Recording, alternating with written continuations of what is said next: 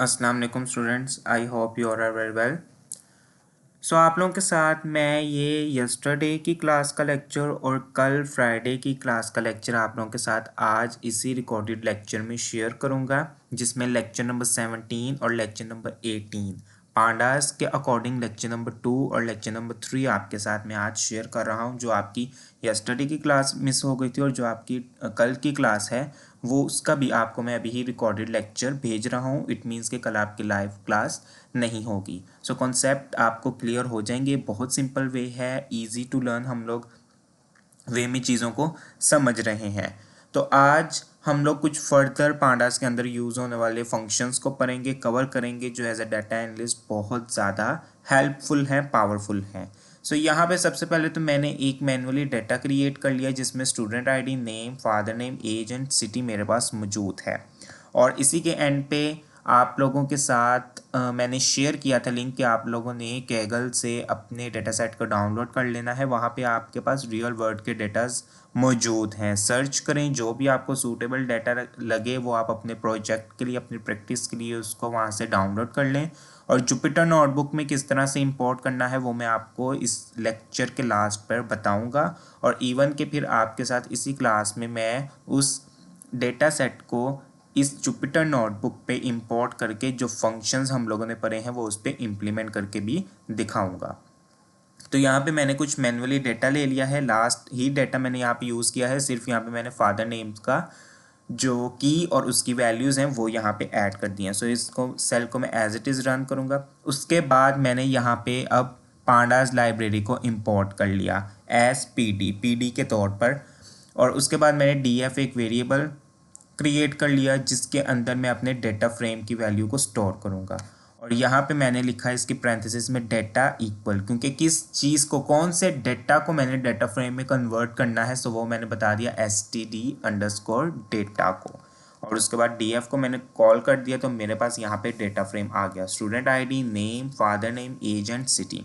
और यहाँ पे ये जो मेरे पास by default index 0 to up to so on यहाँ पे डिस्प्ले हो रहे हैं। सो आज की क्लास में जो हमारे पास फर्स्ट फंक्शन है वो हम लोग देखेंगे हेड एंड टेल का। यानी कि ये तो डाटा चले हम देख रहे हैं, खुद इसको क्रिएट कर रहे हैं, बहुत छोटा सा है, 10 रिकॉर्ड्स का है, 12 रिकॉर्ड्स का है, 20 रिकॉर्ड्स का है। बट जो एक्चुअल डाटा हमारे पास आता है वो बहुत ही ज़्यादा उसके अंदर रिकॉर्ड्स मौजूद होते हैं, ह्यूज किस्म का वो डेटा सेट मौजूद होता है। यानी कि 1000 भी बहुत ज़्यादा रिकॉर्ड्स हैं, 20,000, 50,000 up to so on 1 million तक भी हमारे पास रिकॉर्ड्स हो सकते हैं। तो उसमें से कुछ स्पेसिफिक रिकॉर्ड्स को गेट करने के लिए हम लोग फिर हेड और टेल का फंक्शन यूज़ करते हैं। बाय डिफ़ॉल्ट जब हम हेड के फंक्शन को कॉल करते हैं तो बाय डिफ़ॉल्ट वो 5 पहले रिकॉर्ड्स हमें डिस्प्ले करवाता है।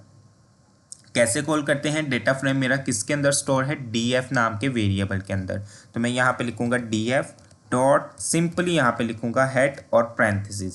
हेड और पैरेंथेसिस, हेड के पैरेंथेसिस में अगर मैं कोई नंबर पास नहीं करूँगा तो फिर बाय डिफ़ॉल्ट वो मुझे पहले 5 रिकॉर्ड्स डिस्प्ले करवाएगा मेरे डेटा फ्रेम के। तो पहले 5 रिकॉर्ड कौन से हैं मेरे पास?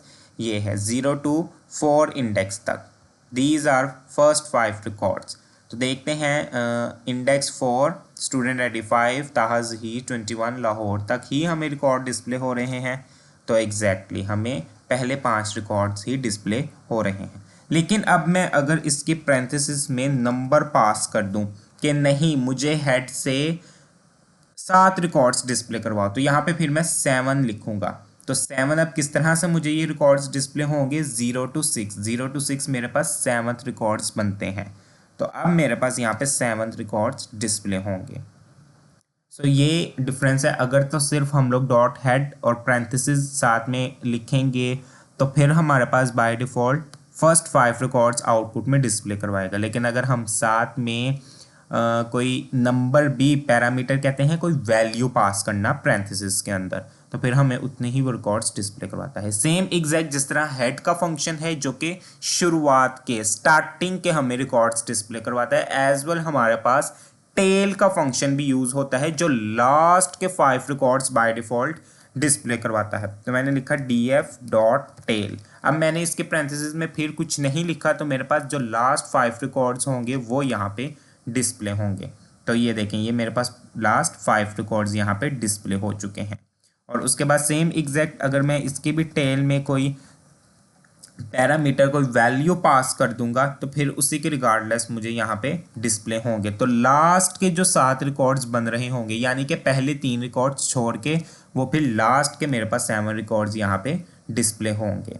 तो एग्जैक्ट वही हमारे पास ये फंक्शन दोनों काम करते हैं। और ये हमेशा हम लोग अपने लार्ज डाटा सेट के ऊपर इनका यूज़ ज़रूर करते हैं, कुछ डाटा को स्पेसिफाई करने के लिए या फिर व्यू करने के लिए।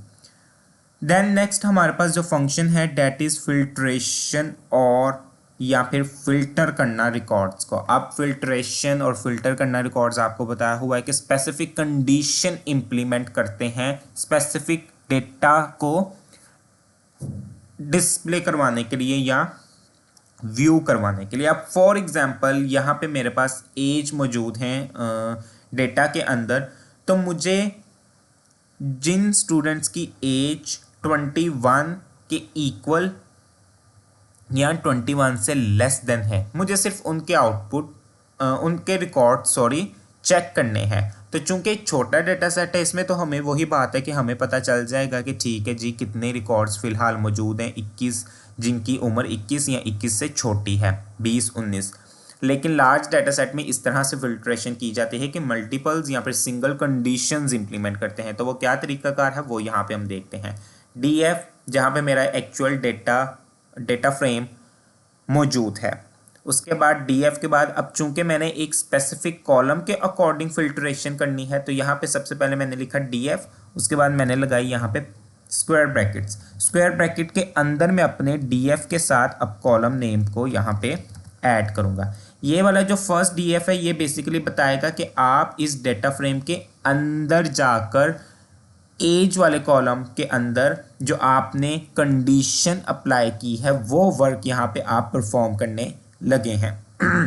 तो इसलिए DF then first square bracket फिर डीएफ और उसके बाद अब कॉलम नेम आएगा। अब कॉलम नेम के बाद हमने यहाँ पे कंडीशन लगानी है। ये वाली ब्रैकेट है ये इसकी ब्रैकेट है, तो कंडीशन जो है वो इसके अंदर लगेगी। DF square bracket column name age क्या होनी चाहिए, जिसकी एज क्या हो, लेस देन इक्वल हो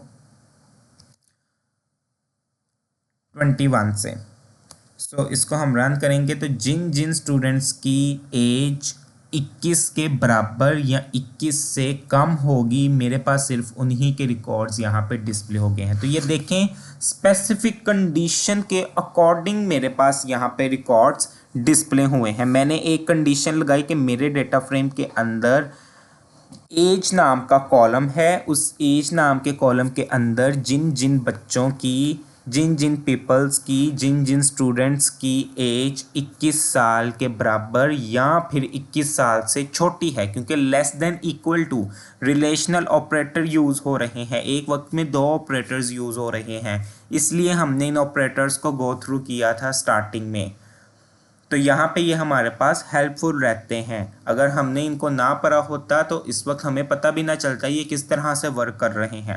तो यहाँ पे वो चेक करेगा लेस देन के अकॉर्डिंग भी और इक्वल के अकॉर्डिंग भी। तो उसी के लिहाज से देखें मेरे पास यहाँ पे आउटपुट डिस्प्ले हो चुकी है। लेकिन ये तो था कि एक वक्त में ये एक कॉलम के अकॉर्डिंग कंडीशन इम्प्लीमेंट की है और आउटपुट डिस्प्ले हुई है। लेकिन अगर हमने डबल इम्प्लीमेंटेशन करनी हो तो वो किस तरह से करते हैं। अब यहाँ पे मेरे पास हर एक स्टूडेंट का जो सिटी है वो लाहौर तो है ही है और नेम भी सबके क्या है, डिफरेंट हैं। So just wait. So okay, यहाँ पे मेरे पास एक और डेटा मौजूद है। चूँकि यहाँ पे सिर्फ मेरे पास एज और सिटी में तो सब के सब लाहौरी थे, लेकिन अब मुझे एक वक्त में मल्टीपल्स एक्सप्रेशंस पास करने हैं कंडीशन के अकॉर्डिंग या कंडीशन के पर्सपेक्टिव। तो वो किस तरह के मल्टीपल्स एक्सप्रेशंस जाएंगे। अब मैं एज के साथ साथ ये भी चेक करूँगा कि जिनका डिपार्टमेंट DA का है और जिनकी एज 25 साल के बराबर या 25 साल से ज़्यादा है और उन्हीं का डिपार्टमेंट अगर DA है, DA से मुराद आप डेटा एनालिसिस ही ले लें, तो फिर मुझे उनका रिकॉर्ड क्या है डिस्प्ले करवाओ। सो सबसे पहले तो हम इसको क्या करेंगे, कन्वर्ट करेंगे इसको df_emp equal pt dot data frame then data equal employ data df_emp। Okay, अब यहाँ पे हम इम्प्लीमेंट करेंगे तो क्या तरीकाकार है वो आप देखें। यहाँ पे सबसे पहले ऑफ कोर्स हम लोग यही लिखेंगे df_emp, देन फर्स्ट हमारे पास यहाँ पे ये यूज़ हो जाएगी स्क्वायर ब्रैकेट। अब इस स्क्वायर ब्रैकेट के अंदर हम अपने एक्सप्रेशंस पास करेंगे। जिस तरह इफ़ कंडीशन के अंदर हम लोग एक्सप्रेशन पास करते थे उसी तरह पांडास का यूज़ करते हुए ये वाला जो मेथड है ये ज़्यादा फास्ट है इफ़ कंडीशन की निस्बत, लेकिन मेथड सारा वही इंप्लीमेंट हो रहा है जो इफ़ के बाद हम लोग कंडीशंस इंप्लीमेंट करते थे। सो यहाँ पे मैं दोबारा अब लिखूँगा df_emp और उसके बाद अब यहाँ पे मेरे पास क्या आ जाएगा स्क्वायर ब्रैकेट, क्योंकि मुझे अब कॉलम नेम बताना है तो कॉलम नेम के अकॉर्डिंग अब मैं यहाँ पे कॉलम नेम क्या बताऊँगा एज का, क्योंकि एज वाले मुझे एज के अकॉर्डिंग भी चेक करना है। बेसिकली यहाँ पे दो कॉलम्स के दरमियान हम बिट वाइज ऑपरेटर्स को इम्प्लीमेंट करेंगे। बिट वाइज ऑपरेटर्स हमने पढ़े थे जो एक्चुअल डेटा के ऊपर बिट्स की फॉर्म में वर्क करते हैं, तो हमारे पास रियल डेटा के ऊपर basically bit wise operators implement होते हैं।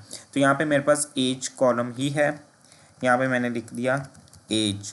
अब एज क्या हो, एज लेस देन हो या इक्वल हो 25 के।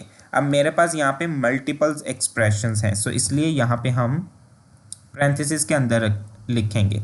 उसके बाद यहाँ पे मेरे पास अब आ जाएगी and operator, sorry and bitwise operator. अब एंड बिटवाइज ऑपरेटर क्यों लिखा है, क्योंकि मैंने कहा है कि मुझे उन एम्प्लॉयज़ का रिकॉर्ड दिखाना जिन एम्प्लॉयज़ की उम्र क्या हो 25 साल के बराबर हो या 25 साल से कम हो, और फिर इसी एज के अकॉर्डिंग अगर उनका डिपार्टमेंट DA का है तो मुझे उनके रिकॉर्ड्स डिस्प्ले करवाने। बेसिकली मुझे जिन एम्प्लॉयज़ की एज 25 के इक्वल है और उन्हीं एम्प्लॉय का जिनकी उम्र 25 है, उन्हीं एम्प्लॉय का अगर डिपार्टमेंट डेटा एनालिसिस का है तो मेरे पास उन्हीं के रिकॉर्ड्स डिस्प्ले होंगे।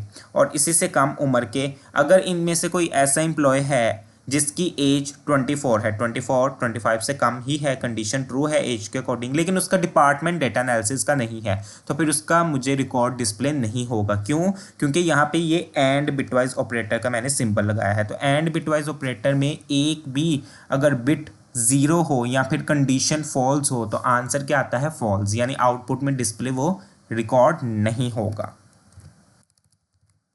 सो अभी यहाँ पे कंडीशन हम जब इसको रन करेंगे देन आपको ये अंडरस्टैंड होगा। डिपार्टमेंट क्या हो, डबल इक्वल का यूज़ करेंगे DA।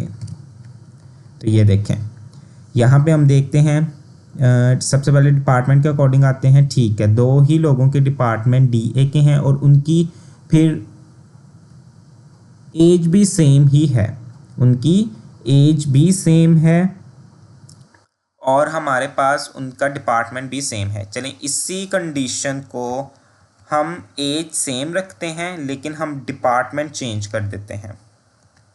यहाँ पे अब मैं डिपार्टमेंट कर देता हूँ HR। अब देखिएगा मेरे पास ये सारा और फारूक का इस वाले सेल, इस वाली कंडीशन के अकॉर्डिंग आउटपुट डिस्प्ले नहीं होगी, इनका रिकॉर्ड डिस्प्ले नहीं होगा। क्यों? क्योंकि इनकी एज इतने एक्सप्रेशन पे इन दोनों के जो रिकॉर्ड्स हैं वो ट्रू हो रहे हैं एज के पर्सपेक्टिव, क्योंकि दोनों की एज 25 है। यहाँ पे भी कंडीशन लगी हुई थी कि जिन एम्प्लॉयज़ की 25 के बराबर भी होगी उम्र उनका भी रिकॉर्ड डिस्प्ले करवाना है, लेकिन साथ ही दूसरी कंडीशन क्या लग गई है, किस लॉजिकल ऑपरेटर का यूज़ करते हुए, बिटवाइज ऑपरेटर का यूज़ करते हुए, एंड बिटवाइज ऑपरेटर का यूज़ करते हुए। तो एंड बिटवाइज में ये वाला एक्सप्रेशन कंडीशन का और ये वाला एक्सप्रेशन कंडीशन का दोनों का ट्रू होना लाजमी है। दोनों में से अगर एक भी फॉल्स होगा तो फिर उसके अकॉर्डिंग आउटपुट डिस्प्ले नहीं होगी। सो यहाँ पे अब देखिएगा मेरे पास इन दोनों के अलावा बाकी जो इस कंडीशन पे रिलाई कर रहे होंगे रिकॉर्ड्स वो ही आउटपुट में डिस्प्ले होंगे। तो ये देखें एज है 19 और एज है 18, बिल्कुल ये कंडीशन पे पर्सपेक्टिव थे कि 25 साल के बराबर या 25 साल से छोटी हो, छोटी ही है कंडीशन ये वाली ट्रू हो रही है। और साथ साथ फिर क्या देखा था कि उनका डिपार्टमेंट HR का होना ज़रूरी है। तो यहाँ पे देखें दोनों का डिपार्टमेंट HR का ही है। तो जब हम ये चाहें कि दोनों कंडीशंस या दोनों ये एक्सप्रेशंस ट्रू होने लाजमी है तो फिर हम यूज़ करते हैं एंड बिटवाइज ऑपरेटर। लेकिन अगर यही कंडीशन के साथ इन्हीं एक्सप्रेशन और कंडीशंस के साथ मैं चाह रहा हूं कि दोनों में से कोई भी एक एक्सप्रेशन ट्रू हो जाए, यानी एज जो है वो 25 साल के बराबर या 25 साल से कम वाले एज के तमाम एम्प्लॉयज़ के रिकॉर्ड्स मुझे आउटपुट में डिस्प्ले हों, चाहे उनका डिपार्टमेंट जो मर्जी हो, चाहे वो डेटा एनालिसिस का हो या ना हो, चाहे HR का हो या ना हो, लेकिन उनकी एज 25 साल के बराबर और 25 साल से कम होनी चाहिए। तो फिर हम और बिटवाइज ऑपरेटर का यूज़ करते हैं। तो आप यहाँ पे खुद ही मुलाहिजा फरमा लें कि एज जो है वो सबकी 25 साल के बराबर या 25 साल से कम ही है, लेकिन उनके डिपार्टमेंट जो हैं वो DA के नहीं है बल्कि चेंज हैं। तो हम लोग और बिटवाइज ऑपरेटर तब यूज़ करते हैं जब दोनों में से एक भी एक्सप्रेशन हम कह रहे हो ट्रू हो जाए और उसी के रिस्पेक्टिव आउटपुट डिस्प्ले आ जाए। तो ये हमारे पास काम होता है डेटा सिलेक्शन का, फिल्ट्रेशन का according to condition. Okay, next move करते हैं। नेक्स्ट है हमारे पास data selection using loc and ILOG methods. Loc जो फंक्शन या मेथड पांडास के अंदर वर्क करता है वो पोजीशंस के अकॉर्डिंग लेबल डेटा के अकॉर्डिंग वर्क करता है। यानी कि जो स्लाइसिंग के कॉन्सेप्ट्स हम लोगों ने पढ़े थे ना अपनी स्ट्रिंग के अंदर, लिस्ट के अंदर, टप्पल के अंदर, तो वो स्लाइसिंग के कॉन्सेप्ट हमारे पास लॉग और ILOG में यूज़ होते हैं। तो उसी के पर्सपेक्टिव पोजीशन और लेबल के अकॉर्डिंग हमारे पास आउटपुट डिस्प्ले होते हैं।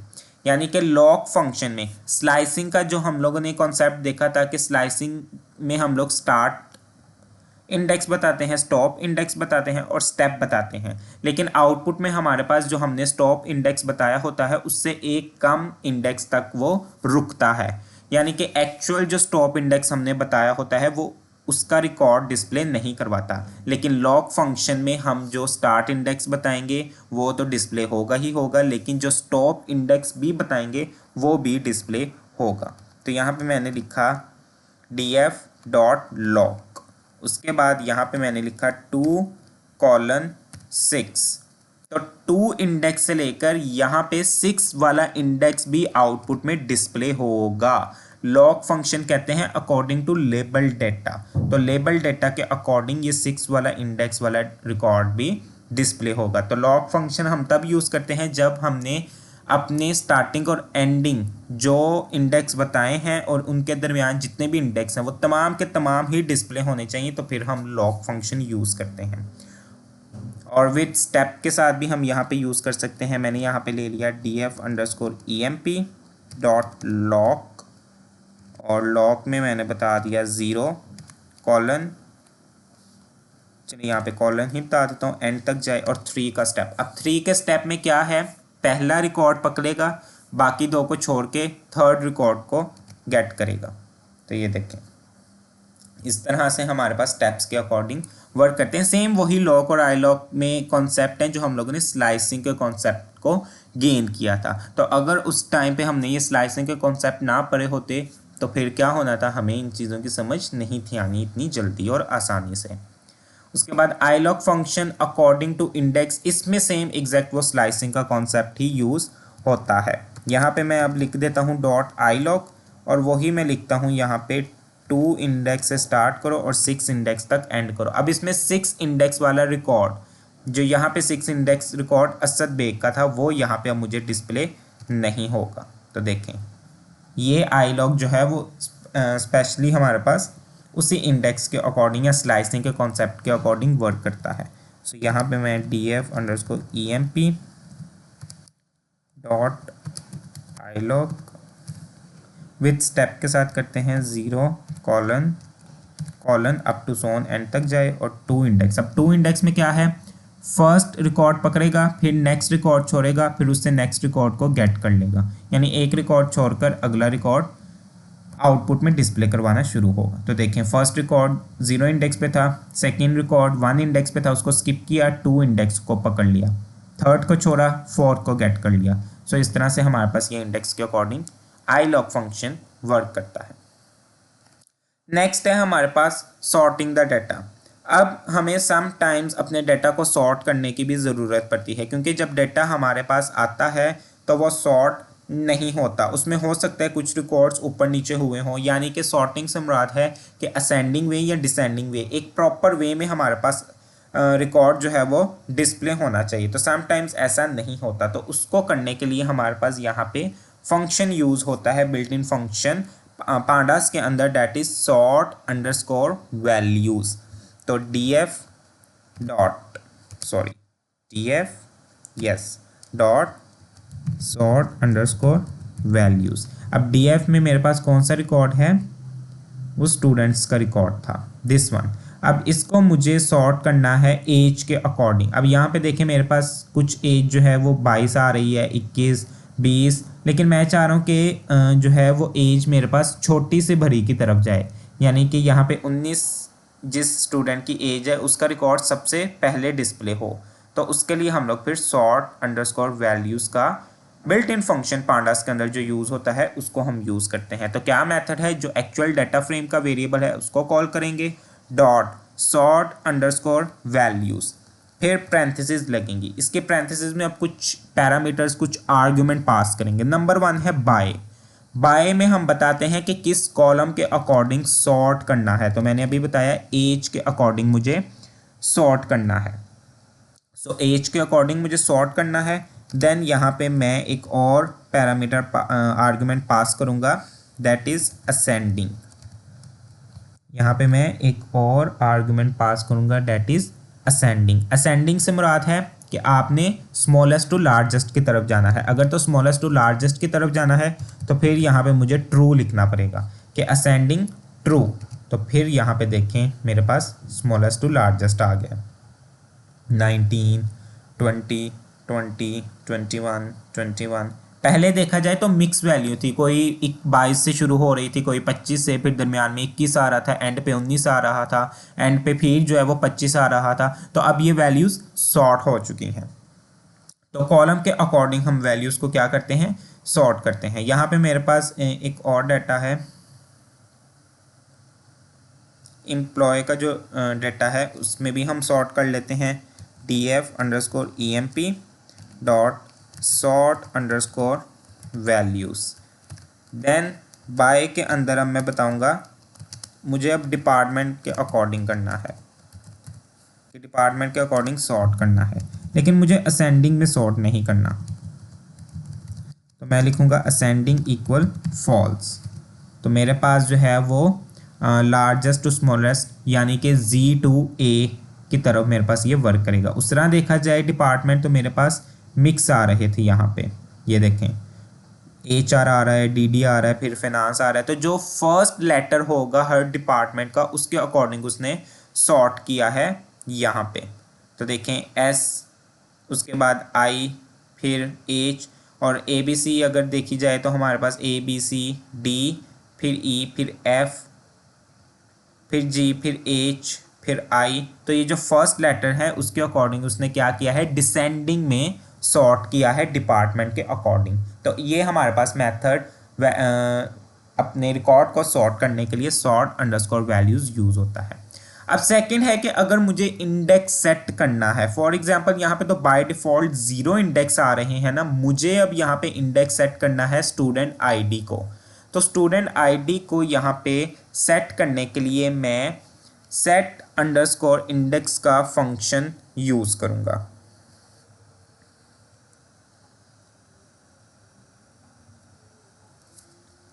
सो यहाँ पे मैंने लिखा df dot set underscore index, और उसके बाद इसकी भी पैरेंथेसिस में मैं पास करूँगा कि किस कॉलम के अकॉर्डिंग मुझे इंडेक्स करना सॉरी इंडेक्स को सेट करना है, किस कॉलम को मुझे एज अ इंडेक्स सेट करना है। तो मैंने अभी बताया S T D underscore I D, S T D, okay S capital है हमारे पास, ओके।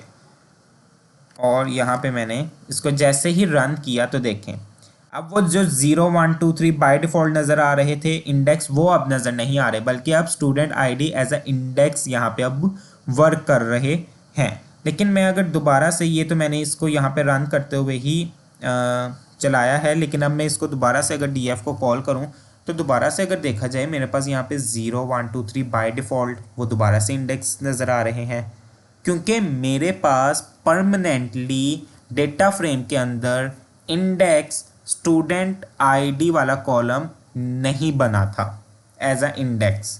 तो उसको परमानेंटली बनाने के लिए हम यहाँ पे क्या काम करते हैं, एक और पैरामीटर पास करते हैं, डेट इज़ इन प्लेस। तो मैं इसी को कॉपी करता हूँ और ओके यहाँ पे मैं इसको सेम एग्जैक्ट वही पैटर्न लेगा, लेकिन सिर्फ ये कॉलम नेम बताने के बाद हम यहाँ पे एक और आर्गुमेंट पास करेंगे, that is in place. In place कहते हैं कि परमानेंटली आपने स्टूडेंट आईडी वाले कॉलम को एज अ इंडेक्स अब यूज़ करना है परमानेंटली। तो यहाँ पे मैं लिख दूंगा ट्रू। अब मैंने यहाँ पे ट्रू लिखकर अब मैं यहाँ पे जब अपने डीएफ को डेटा फ्रेम को कॉल करूँगा तो अब मेरे पास student ID as a index के तौर पर वर्क करेंगे परमानेंटली। अब मेरे पास वो बाय डिफ़ॉल्ट 0 1 2 3 नहीं आएंगे जब जब मैं ये डीएफ को अकेला कॉल करता जाऊंगा। तो चूंकि अब मैंने यहाँ पे इन प्लेस एक आर्गुमेंट पास किया जो कि क्या काम करता है, परमानेंटली स्टूडेंट आईडी वाले कॉलम को इंडेक्स के तौर पर शिफ्ट कर देता है। लेकिन चलें, बाद में जाकर हमें याद आया कि नहीं, जो है वो ये student ID as a column ही रहना चाहिए, या फिर और भी डेटा से रिलेटेड कोई भी कॉलम होगा तो उसको वो कॉलम की हद तक ही रहना चाहिए, 0 1 2 3 बाय डिफ़ॉल्ट इंडेक्स ही डिस्प्ले होने चाहिए। तो परमानेंटली चेंज करने के बाद भी हम दोबारा से स्टूडेंट आईडी को इंडेक्स की जगह से हटा सकते हैं और दोबारा से वापस उसको एज अ कॉलम ऐड कर सकते हैं। तो उसके लिए हमारे पास रीसेट इंडेक्स का बिल्ट इन फंक्शन यूज़ होता है पांडास के अंदर, रीसेट अंडरस्कोर इंडेक्स का। तो यहाँ पे मैंने लिखा डेटा फ्रेम, क्योंकि डेटा फ्रेम के अंदर हमने स्टूडेंट आईडी के कॉलम को एज अ इंडेक्स फिक्स किया था। सो आप इन चीज़ों को जब गो थ्रू करेंगे डीपली, जब इस लेक्चर को आप सुनेंगे और प्रैक्टिस करेंगे तो फिर आपको इन चीज़ों की अच्छी समझ आएगी। अभी चूंकि रिकॉर्डेड लेक्चर आपके साथ शेयर कर रहा हूँ तो इसलिए जो है वो कॉन्टीन्यूसली मैं भी बोल रहा हूँ, लेकिन आप जब इसको रुक रुक के ठहर के या फिर बार बार जब आप इसको एक दो बार सुनेंगे लेक्चर को तो आपको इंशाल्लाह जो है वो तमाम टॉपिक्स क्लियर हो जाएंगे। अदरवाइज़ फिर भी आपकी कोई क्यूरी वगैरह हो तो डेफिनेटली आप मुझसे डीएम करके या फिर ग्रुप में, कन्वर्सेशन ग्रुप में आप अपनी क्यूरी को ऐड कर सकते हैं। ज़रूर पूछिएगा कोई भी अगर इससे रिलेटेड आपका कोई क्वेश्चन हुआ। तो यहाँ पे मैंने लिखा df dot reset underscore index, df क्योंकि जो डेटा फ्रेम था डॉट रीसेट अंडरस्कोर इंडेक्स। अब मुझे चूँकि रीसेट परमानेंटली करना है तो दोबारा से मैं यहाँ पे लिखूँगा in place true, in place true. तो अब यहाँ पे मैं df को कॉल करूँगा तो आप देखिएगा 0 1 2 3 बाय डिफ़ॉल्ट दोबारा से इंडेक्स मेरे पास आ चुके होंगे। तो अब मैं बार बार रीसेट करने के बाद अब मैं जब भी बार बार df को कॉल करूँगा तो बाय डिफ़ॉल्ट ये 0 1 2 3 वाले ही इंडेक्स आएंगे, क्योंकि मैं अब इनको रीसेट कर चुका हूँ। स्टूडेंट आईडी जो पहले कॉलम था उसको मैंने जब इंडेक्स के तौर पर यूज़ किया तो उसको इंडेक्स के तौर पर यूज़ करते वक्त मैंने क्या किया था, इन प्लेस ट्रू किया था, परमानेंटली उसको इंडेक्स बना दिया था स्टूडेंट आईडी के कॉलम को। लेकिन अब मैंने रीसेट अंडरस्कोर इंडेक्स का बिल्ट इन फंक्शन यूज़ करते हुए स्टूडेंट आईडी को दोबारा से कॉलम बना दिया है और 0 1 2 3 जो बाय डिफ़ॉल्ट इंडेक्स असाइन होते थे वो अब इनको दोबारा से असाइन हो गए हैं। सो आई होप कि आपको क्लियर हुआ होगा। सो नाउ यहाँ पे हमारे पास जो है वो अब रीनेम कॉलम्स का यहाँ पे फंक्शन आ जाता है। रीनेम कॉलम के सपोज मुझे अपने इन कॉलम्स के नाम को चेंज करना है। यहाँ पे मेरे पास नेम आ रहा है, मुझे इसको स्टूडेंट अंडरस्कोर नेम करना है। मुझे यहाँ पे स्टूडेंट अंडरस्कोर फादर नेम यहाँ पे यूज़ करना है। तो उसके लिए हम लोग जो है वो फंक्शन जो यूज़ करते हैं हमारे पास पांडास के अंदर, वो रीनेम का यूज़ होता है। सो उसको हम यहाँ पे अब इम्प्लीमेंट करते हैं। df dot rename, df dot rename pandas के अंदर यूज़ होने वाला फंक्शन है। अब इसके पैरेंथेसिस में कुछ आर्ग्यूमेंट प्लस वैल्यूज़ हम पास करेंगे। सबसे फर्स्ट तो है कॉलम्स, किन किन कॉलम्स के नेम्स को मुझे न्यू नेम में कन्वर्ट करना है। तो बेसिकली यहाँ पे हमारे पास डिक्शनरी का कॉन्सेप्ट दोबारा से यूज़ होगा। डिक्शनरी में हम लोग क्या करते थे, कर्ली ब्रेसेस के अंदर हम की लिखते थे, फिर कॉलन डालते थे और उसके बाद उसकी वैल्यू लिखते थे। लेकिन according to built in function in pandas rename में कॉलम वाले आर्ग्यूमेंट की वैल्यूज़ जो हम इन डिक्शनरी के अकॉर्डिंग पास करेंगे। एज अ की हम पुराना नाम, ये जो नेम है ये नेम हम यहाँ पे कर्ली ब्रेसेस के अंदर की के तौर पर यूज़ करेंगे। कॉलन के बाद हम वैल्यू लिखते थे डिक्शनरी में, तो अब यहाँ पे इसका न्यू नेम जो कि मैं std_name रखना चाह रहा हूँ वो रखूँगा। तो यहाँ पे हमारे पास डिक्शनरी का यहाँ पे भी कॉन्सेप्ट यूज़ होता है। देन फादर के नेम जो कॉलम था उसका मुझे नया नाम रखना है std_father_name। उसके बाद एज वाला नेम था तो मुझे उसको भी न्यू नेम असाइन करना है, डेट इज़ std_age। ओके, अब यहाँ पे मैंने इसको जैसे ही रन किया ये मेरे पास क्यूरी रन हो चुकी है। लेकिन फिर वही बात है कि मेरे पास ये परमानेंटली चेंज नहीं हुए। मैं यहाँ पे दोबारा से इसको कॉल करूँगा तो देखें मेरे पास वही नाम दोबारा से आ रहे हैं, चूँकि मैंने इनको परमानेंटली चेंज नहीं किया। परमानेंटली चेंज करने के लिए मुझे क्या काम करना पड़ेगा, कर्ली ब्रेसेस के बाद कॉमा लगाकर मुझे दोबारा से इन प्लेस ट्रू लिखना पड़ेगा। Comma in place equal true. तो अब मैं जब df को अपने बार बार कॉल करूँगा तो उसके मेरे पास कॉलम नेम जो चेंज हो गए थे वो आएंगे। तो यहाँ पे रीनेम बिल्ट इन फंक्शन हमारे पास यूज़ होता है कॉलम्स के नाम को चेंज करने के लिए, एक नया नाम देने के लिए, पुराने नाम को ख़त्म करने के लिए रीनेम यूज़ करते हैं। उसके बाद यहाँ पे हमारे पास लास्ट फंक्शन जो आज की क्लास का है that is checking the data type. आज की क्लास में मुराद है कि लेक्चर नंबर 17 और पांडास का लेक्चर नंबर 2 के अकॉर्डिंग ये लास्ट लेक्चर है। सो चेकिंग द डेटा टाइप, एक तो हम लोगों ने इन्फो मेथड यूज़ किया था, फंक्शन यूज़ किया था जिसमें हमारे पास पूरे कॉलम की हर एक चीज़ हमारे पास आउटपुट में डिस्प्ले हो जाती थी। कितनी नल वैल्यूज़ हैं, कितनी नॉन नल हैं और कौन कौन सी डेटा टाइप से रिलेटेड हैं, वो सारी चीज़ें हमारे पास आ जाती थी। लेकिन उससे अलग भी हम लोग यहाँ पे डी टाइप्स का फंक्शन यूज़ कर सकते हैं, डी टाइप्स। सो यहाँ पे ओके सॉरी डी टाइप्स आएगा, नॉट टाइप्स, डी टाइप्स। तो ये देखें उसने मुझे, ये देखें जो मैंने न्यू नेम असाइन किए थे कॉलम्स के वो यहाँ पे मेरे पास डिस्प्ले हो रहे हैं क्योंकि मैंने इन प्लेस आर्ग्यूमेंट पास किया था ट्रू पैरामीटर के अकॉर्डिंग, तो इसलिए मेरे पास ये नेम चेंज हो गए हैं। तो ये उसकी टाइप्स बता रहे हैं कि ऑब्जेक्ट हमेशा स्ट्रिंग वाली को ही कहा जाएगा।